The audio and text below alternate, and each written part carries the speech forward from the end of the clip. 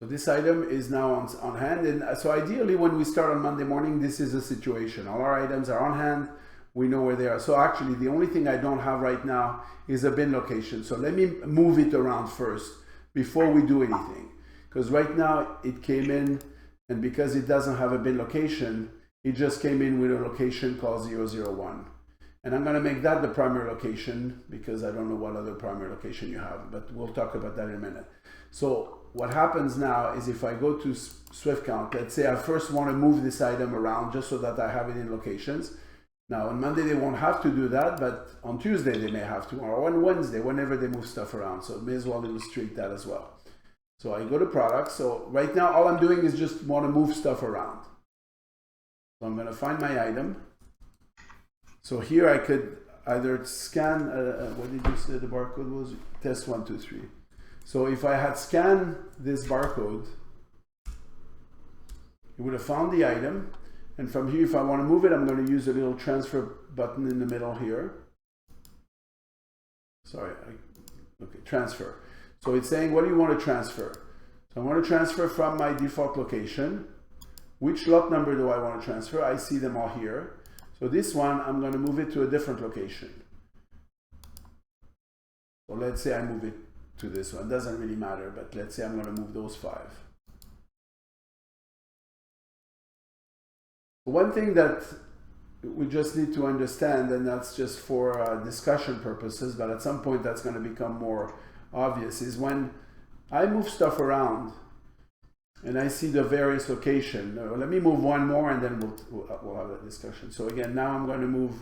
So because I'm selecting this location, which is a 001. So 001 is a fake location. That's basically your warehouse. When we don't know where stuff is, we just dump it in 001 because we have to have a location in SwiftCount. The one that I moved, I know where it is. It's this one. So if I pick 001, this is the lot, it's going to show me the lot number that is 001. If I pick 002, it's going to show me the lot numbers that are in 002, obviously. So let's move the lot numbers from 001. I'll move it to another location, and then I'll explain why one of them is in blue and the other ones aren't. So let's move it to another location here. Let's say this one. Again, I'm being completely random here. It doesn't matter. It's a test item. Okay, so that doesn't affect Spire because I'm moving from warehouse 001 to warehouse 001. Nothing changes in Spire. Whoops. Select this lot number. Okay, so now I've got my 3, let's say, pretend pallets in 3 different locations. One is in 001. The other 2 are in the location where I put them in. So why we have one in blue, it's very important to understand that. And I think we talked about that before, but it may not have hit home. So basically the location in blue is what we call the primary location. What that location will do is, let's say you go to Spire now and you created another adjustment for another 10 of those. SwiftCount knows that you have it in 3 locations, but Spire doesn't know that. So Spire is always going to put it in what we call the default location, which is a primary location, and that's the one in blue. If you look in Spire right now for that item, under the unit of measure tab, you'll see that the location in Spire is 001, because when I made it primary, SwiftCount told Spire, hey, this is where I want you to put the items if you have some that are not handled in SwiftCount. Okay? You can confirm that. Can you look in Spire and confirm that the default location is 001?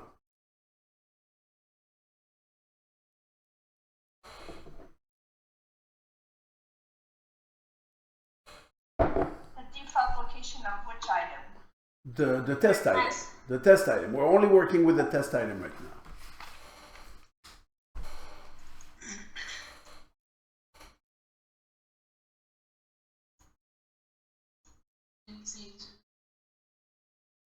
Where do we find that default location? If you go under the unit of measure tab, you'll see unit of measure, and on the right hand side it'll have location. There's no unit of measure. Well, in Spire there is a tab. The second tab from the left is unit of measure. Oh, I see.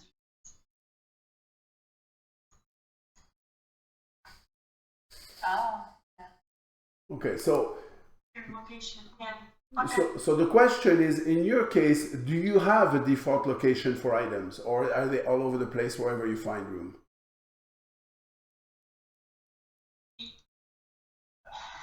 I don't think this was ever set up. No, it doesn't have to be set up. It's just a question when you have in your warehouse. Physically in the warehouse, most items have their own spot.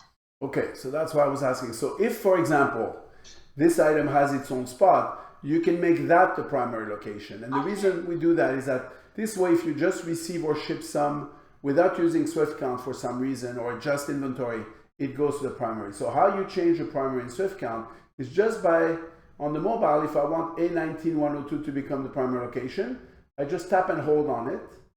It's going to say, do you want to assign this location as primary? I say yes.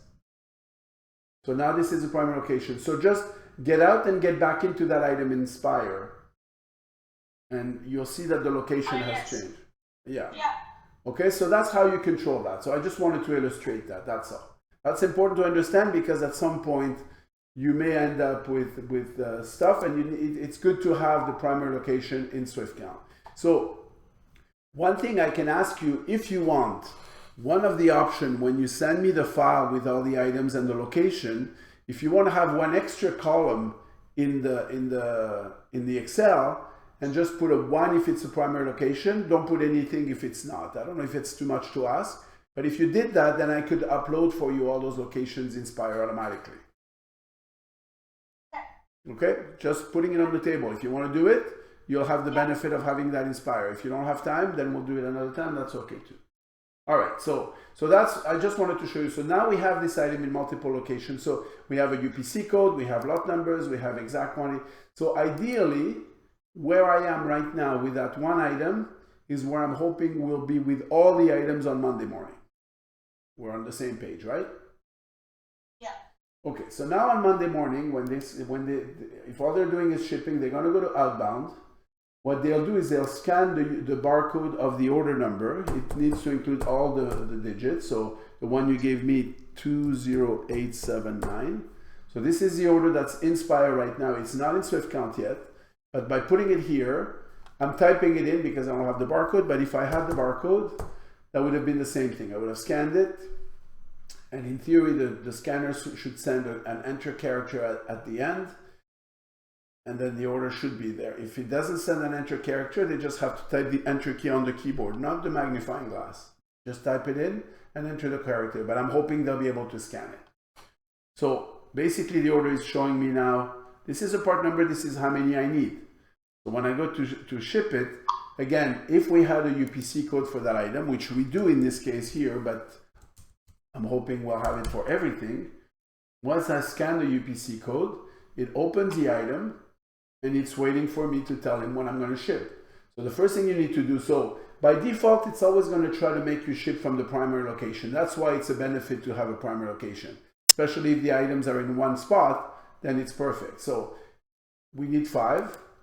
In the primary location, we only have this one. Let's say, for example, we only, the ones on the bottom are damaged or whatever, or let's pretend we didn't have enough.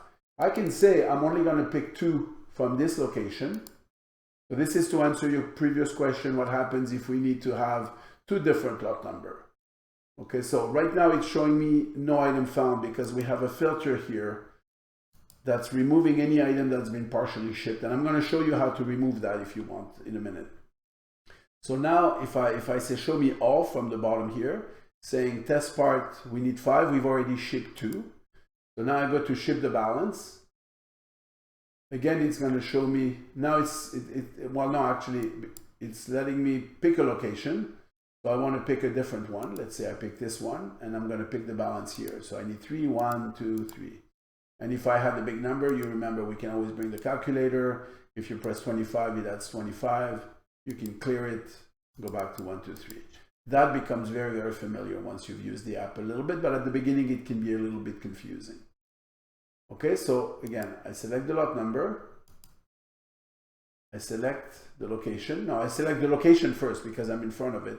Then I select the lot number, then I enter the quantity, and I accept that. So now my order is completely shipped. Again, it goes back to that because my default is not shipped. it goes back to this. I'll show you how to change it in a minute, just so that you know. So basically this order is done. We needed 5, we picked 5. We didn't have enough of what lot number for whatever reason. We know that that's just a plaything. Let's go ahead and say process. Can you make sure that order is not open in Spire?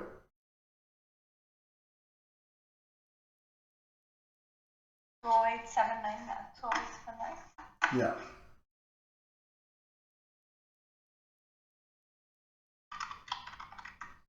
Yeah, just make sure it's not open. That's all, that on the screen, because otherwise it's going to be locked. That's all I'm saying. Yeah, it's closed. Okay, good. So I'm just going to go ahead and say confirm.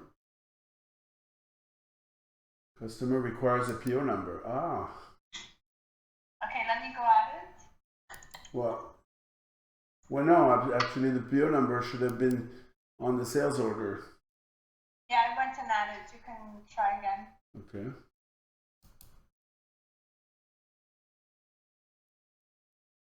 Okay, the sale is processed.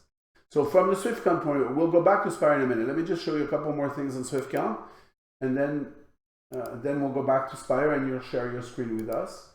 But right now on Swift count, what I want to show you is that if I was to look at this item again by just saying, okay, I want to know what I have on this item. Let's say I'm scanning it.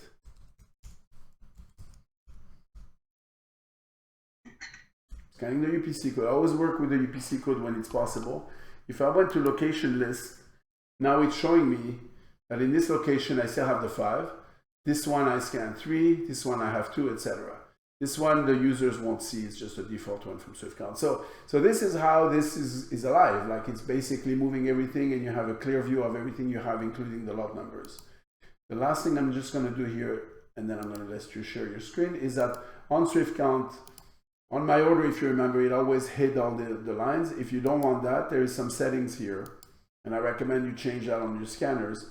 First of all, the pagination, you can make it more than 10 so that you can scroll down. And then filter list on the outbound, filter list by all if you want to see them all. So now it'll always default to all. So that's it. So I'm going to stop the recording.